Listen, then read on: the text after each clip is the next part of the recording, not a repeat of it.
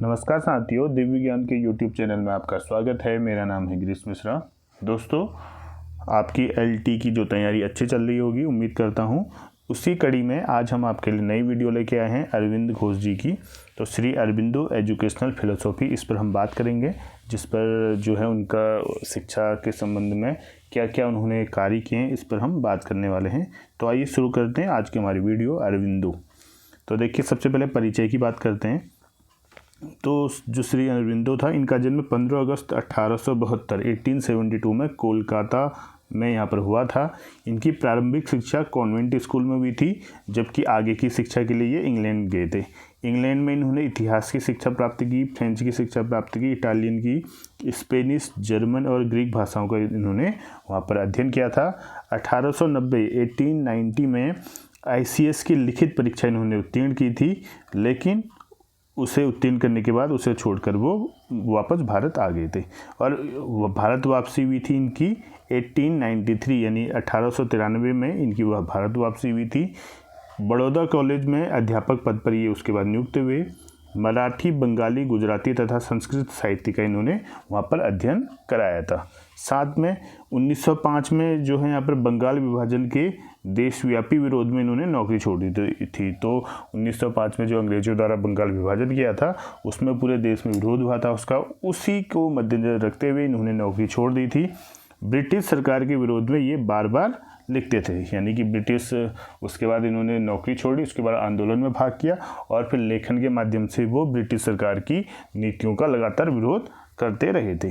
साथ में 1808 की बात करते हैं, इन्होंने अलीपुर बम कांड के आरोप में इनको जेल भेज दिया गया। तो अलीपुर में जो बम ब्लास्ट हुआ था 1908 में, उसके मद्देनज़र इनको यहाँ पर इनको भी आरोपी बनाया गया था और ये जेल में इनको डाल दिया गया था।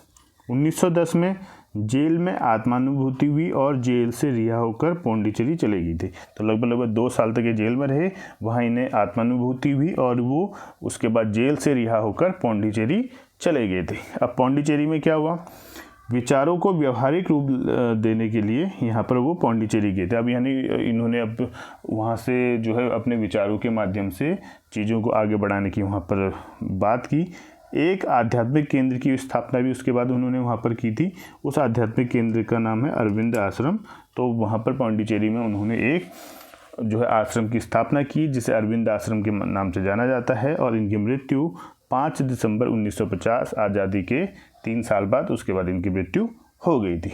अब इनके शिक्षा दर्शन की बात करते हैं।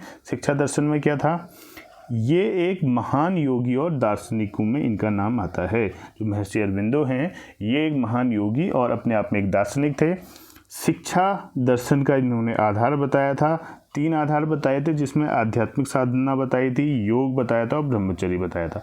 यानी कि श्री अरबिंदो के अनुसार शिक्षा दर्शन के कितने आधार हैं, तो 3 आधार हैं, आध्यात्मिक साधना, योग और ब्रह्मचर्य। इसी प्रकार इन तीनों तत्वों द्वारा मानव का पूर्ण विकास किया जा सकता है, इन्होंने ऐसा बताया है। इनके अनुसार सूचनाओं का संग्रह मात्र शिक्षा नहीं है। यानी कि जो श्री अरबिंदो ने सर्वप्रथम ये बताया कि सिर्फ सूचना लेना ही या सूचनाओं को इकट्ठा कर लेना ही शिक्षा नहीं है, बल्कि शिक्षा का ये एक बिल्कुल एक नैरो रूप है, ब्रॉड रूप उससे बहुत ऊपर है। इसी प्रकार से शिक्षा में योग को इन्होंने महत्वपूर्ण स्थान दिया था। यानी कि एजुकेशन में योग जो आज एक बृहद आंदोलन बन चुका है पूरे विश्व में, तो उस योग की बात इन्होंने उस समय कह दी थी, आज से लगभग 150-200 साल पहले। यानी कि शिक्षा में योग को महत्वपूर्ण इन्होंने स्थान दिया था।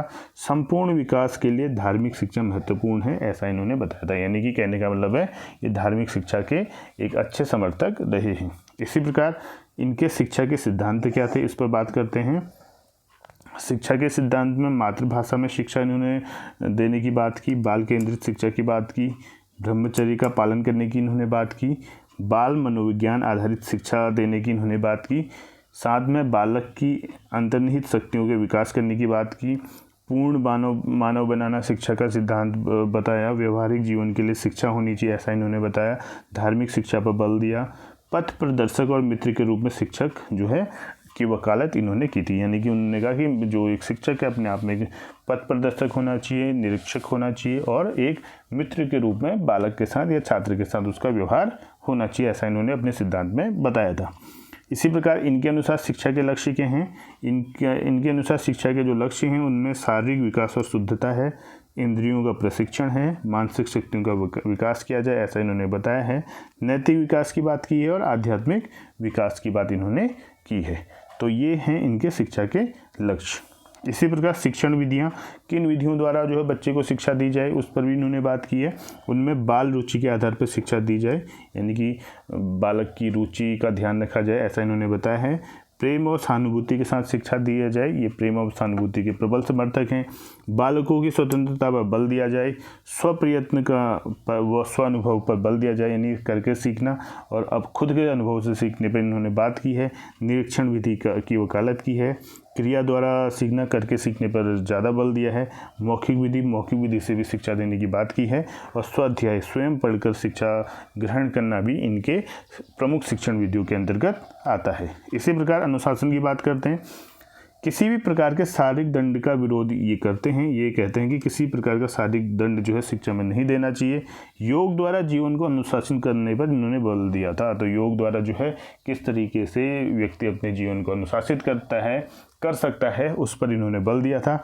शिक्षा में योगदान की बात करते हैं तो इनका योगदान है मानव की आध्यात्मिक उन्नति पर इन्होंने बल दिया था। भारतीय शिक्षा का माध्यम भारतीय भाषा हो, इन्होंने कहा था, क्योंकि उस दौर पर जो है इनका जो जीवन चल रहा था जब अंग्रेजों के अधीन था भारत, तो उस वक्त भी इन्होंने भारतीय भाषाओं में शिक्षा की बात की थी, जो अपने आप में एक जो है बहुत बड़ी बात थी। शिक्षा में धर्म को महत्वपूर्ण स्थान इन्होंने दिया था। शिक्षा में योग को महत्वपूर्ण स्थान दिया था। साथ में विश्व प्रेम, विश्व बंधुत्व और विश्व एकता का प्रचार इन्होंने किया था, जो भारतीय संस्कृति के अंतर्गत भी आता है। इसी प्रकार इनकी महत्वपूर्ण कृतियाँ जो महत्वपूर्ण होती हैं, एग्जाम के परिप्रेक्ष्य में ज़्यादा महत्वपूर्ण हैं, इनमें the system of national education इनके द्वारा लिखी गई थी। श्री अरविंद तथा मदर ऑन एजुकेशन ये इनके द्वारा लिखी गई थी। द ह्यूमन साइकिल इनके द्वारा लिखी गई थी। आइडियल ऑफ ह्यूमन यूनिटी इनके द्वारा लिखी गई थी। द लाइफ डिवाइन इनके द्वारा लिखी गई थी। साथ में एंजल या एंसेज ऑन गीता इनके द्वारा लिखी गई थी। ऑन द वेदास इनके द्वारा लिखी गई थी। और 8 उपनिषद इनके द्वारा लिखे गए थे। तो ये हैं इनकी महत्वपूर्ण कृतियाँ। तो दोस्तों ये था आज का हमारा महत्वपूर्ण शिक्षा विचारकों में जो है जो नए विचारक थे आज हमारे श्री अरविंदो थे। उम्मीद करता हूँ आपके लिए महत्वपूर्ण रही होगी ये वीडियो। इसी प्रकार की वीडियो के लिए, अन्य दार्शनिकों के लिए आप हमारे साथ जुड़े रहिए। वीडियो को सब्सक्राइब कीजिए, यहाँ पर शेयर कीजिए और अपने जो दोस्तों के साथ भी ज़्यादा से ज़्यादा शेयर कीजिए, तो जिससे कि ज़्यादा से ज़्यादा लोग इस वीडियो का लाभ उठा पाएँ। तो मिलते हैं अपनी नई वीडियो के साथ, तब तक के लिए धन्यवाद। जय हिंद, जय भारत, जय उत्तराखंड।